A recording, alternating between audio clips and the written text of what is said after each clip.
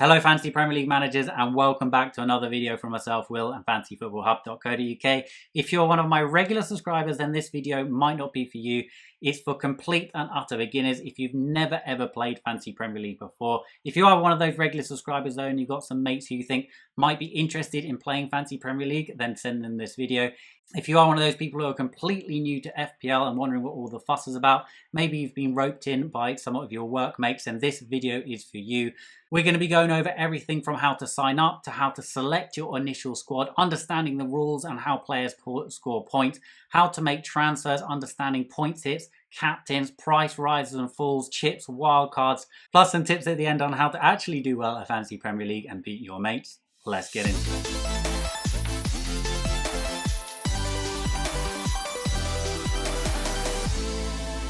Okay, before we begin, I'm going to be giving you various tips on how to do well at Fantasy Premier League. The first and most important one, of course, is to subscribe to this channel. We're going to be covering loads of content during pre-season and during the actual season where I reveal my own team, my own thoughts, plus loads of other content from all of our contributors. So if you are interested in that, make sure to subscribe to the channel. Okay, so the first thing you want to do is head over to fantasypremierleague.com and sign up using the on-screen instructions.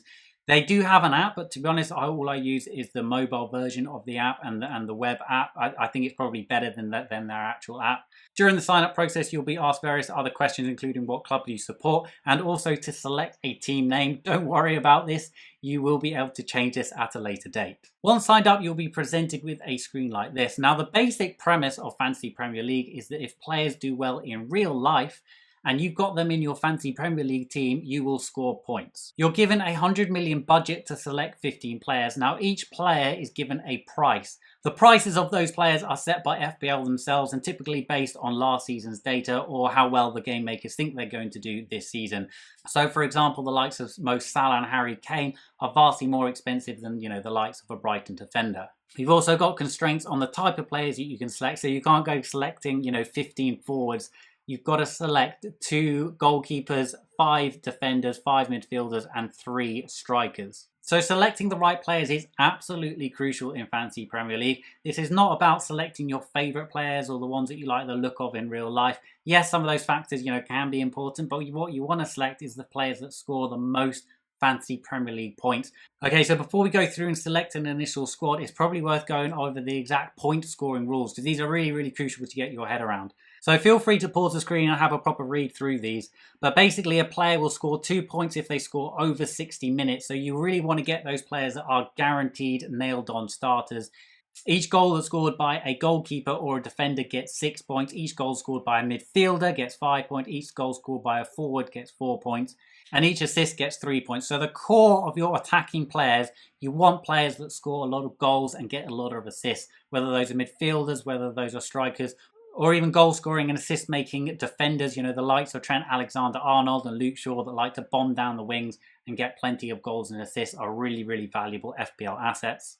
In terms of the actual defence, their bread and butter is actually clean sheets. So any defender or goalkeeper that gets a clean sheet will get an extra 4 points. A midfielder that gets a clean sheet will get an extra 1 point. I'm not going to go into great detail around the bonus points because, as a beginner, it's not absolutely crucial that you understand that system. If you select players that get goals and assists, typically they will get bonus points as well. Some players, the likes of De Bruyne are very, very good at getting bonus points. Other players like Salah, who take a lot of shots and actually get a lot of missed shots, are less good. But generally speaking, if you get players that get goals and assists, typically they will get bonus points. So I wouldn't worry too much about this at this stage. If you are interested to read a little bit more, I'll leave a link in the description that goes into a lot more detail around bonus points. Okay, so hopefully those rules are fairly straightforward. I mean, on the whole, you want to focus on the players that get the most goals, the most assists, and the defenders that get the most clean sheets. Those are the things that you're really looking for. It's worth saying that player prices actually go up and down during a season, and those go up and down depending on how many transfers in that player gets during a particular game week. If a player gets lots of transfers in, their price will go up. If a player gets lots of transfers out, their price will go down. Prices can only go up a maximum of 0.3 each game week, so the prices aren't going to, massively jump up.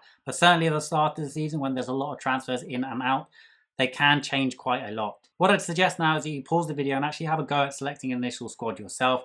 What I would say when you're doing this is actually don't worry too much about the players that you select, because you have unlimited transfers up until the Game Week 1 deadline, which is the 13th of August. The deadline for that will be an hour and a half before the first kickoff. Okay, so once you've selected your initial squad, head over to the Pick My Team section. And what you'll see is that you need to select 11 players from your 15-man squad. It's worth saying that you need to select a minimum of 1 keeper, a minimum of 3 defenders, a minimum of 2 midfielders, a minimum of 1 striker. You can easily switch formation. So say, I don't know, I wanted to switch to a 4-4-2 formation. I would just select Lamptey and take out Tony, and then FPL changes formation for you. There is no sort of one formation that is a lot better than any other formation. You know, it completely depends on the season, it completely depends on the players available. Selecting your captain is absolutely crucial in Fantasy Premier League. Going back when I first started playing Fantasy Premier League about 12 years ago, I thought that it was, you know, the player that I thought, you know, was the best real life captain. I actually had no idea that it had an impact on the game, but it does. It's got a very, very crucial impact.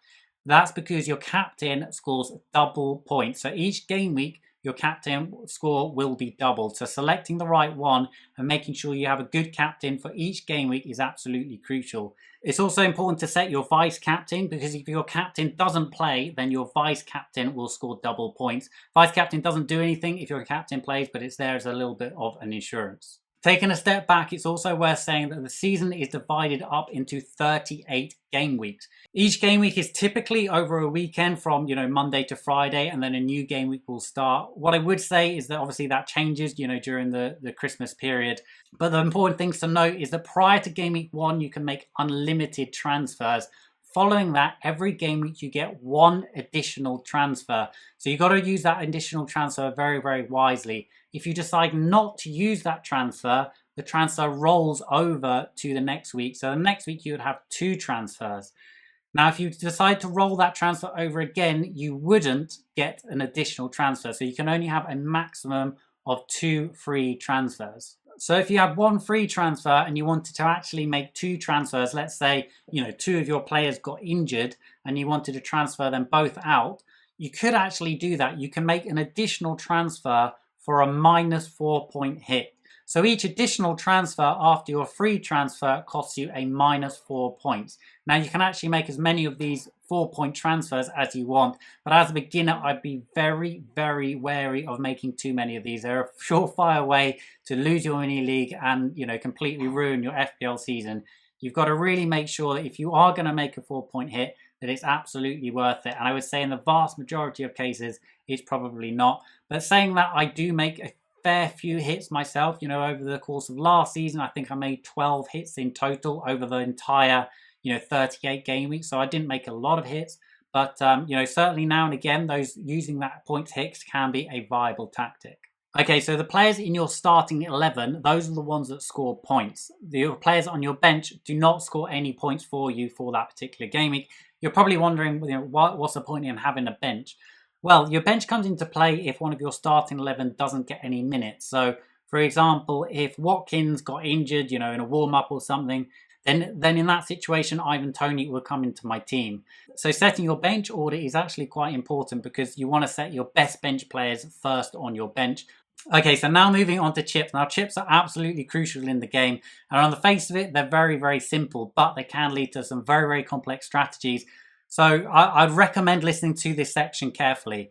So bench boost effectively means all your players on your bench actually score points, as to usually they wouldn't. The free hit chip, you effectively get to reset your team for one particular game week. After that game week, your team then reverts to the team that it was the previous game week. The triple captain chip does what it says on the tin. Your captain will score triple points as opposed to double points. So for those 3 chips, you can only use them once a season. Now for the wild card, you get to use 2 wildcards during the season. The first one has to be used prior to December 28th. The second one you can use after December the 28th. So one for the first half of the season, one for the second half of the season.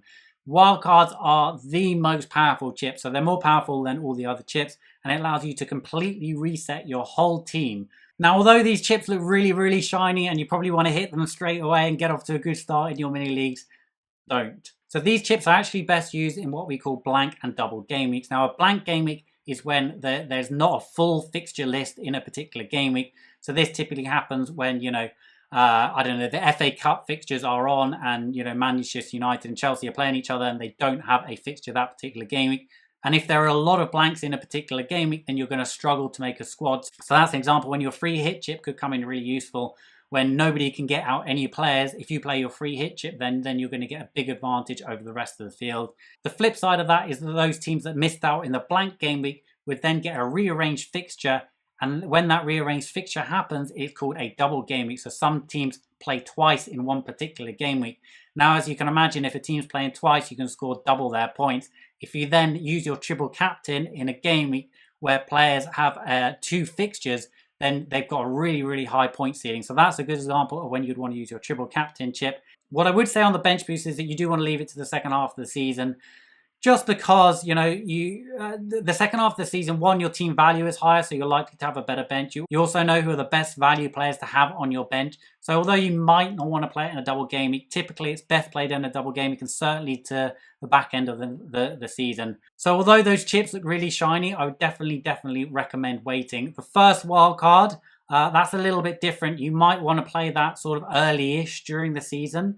I often like to play mine during sort of game week 4 to game week 8, when you've got a good understanding of who are going to be the best picks for the rest of the season. I personally think that's a good time to play your first wild card. Okay, so I did promise you some tips at the end of the video. As I said, tip number 1, make sure that you are subscribed to the channel. As I said, I reveal my team each and every game week on this channel. We've got loads and loads of other content coming out, all designed to make sure that you do well at Fantasy Premier League. Tip number 2, and I think this is a really, really crucial one for beginners, is what they do is they just focus on who they think will be the best players over the season. And that's not really what you want to do. You really want to focus on the fixtures. So this is the Fantasy Football Hub Fixture Analyzer. And again, you can change the game week range here very easily at the top. I quite like to look at 4 game weeks. And as you can see there, Brighton are currently top for the start of the season. They played Burnley, Watford, Everton and Brentford in the first 4. So a really, really nice set of early fixtures. Our fixture analyzer also gives each team a rating. And as you can see, Brighton have a good defensive rating here. So what that tells me is that Brighton defence are going to be good value players for the start of the season. So for example, that's why I've got Tariq Lamptey in my team, because Brighton have good fixtures and they're good defensive.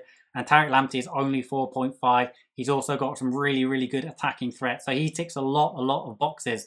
If you do actually want to take fantasy football seriously and you want to do well at the game, then I'd recommend signing up to Fantasy Football Hub. We've got everything you need to do well at fantasy football under one roof. So it's all in one place. It's really easy to use. Things like the fixture analyzer, but we've got loads and loads of other tools. We've got all the stats that you need if you like that. We've got easy to use player comparisons. We've got planning sheets.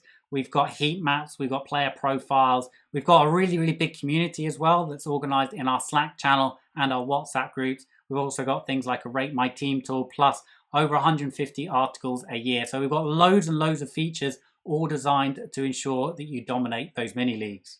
So if you are interested in that, just go to fantasyfootballhub.co.uk/join. I'll leave a link in the description and in the information card above. But otherwise, I really, really hope you found this video helpful and it allowed you to get started. If you do have any questions, then please feel free to leave a comment below and I'll try my very, very best to get back to you. Bye for now.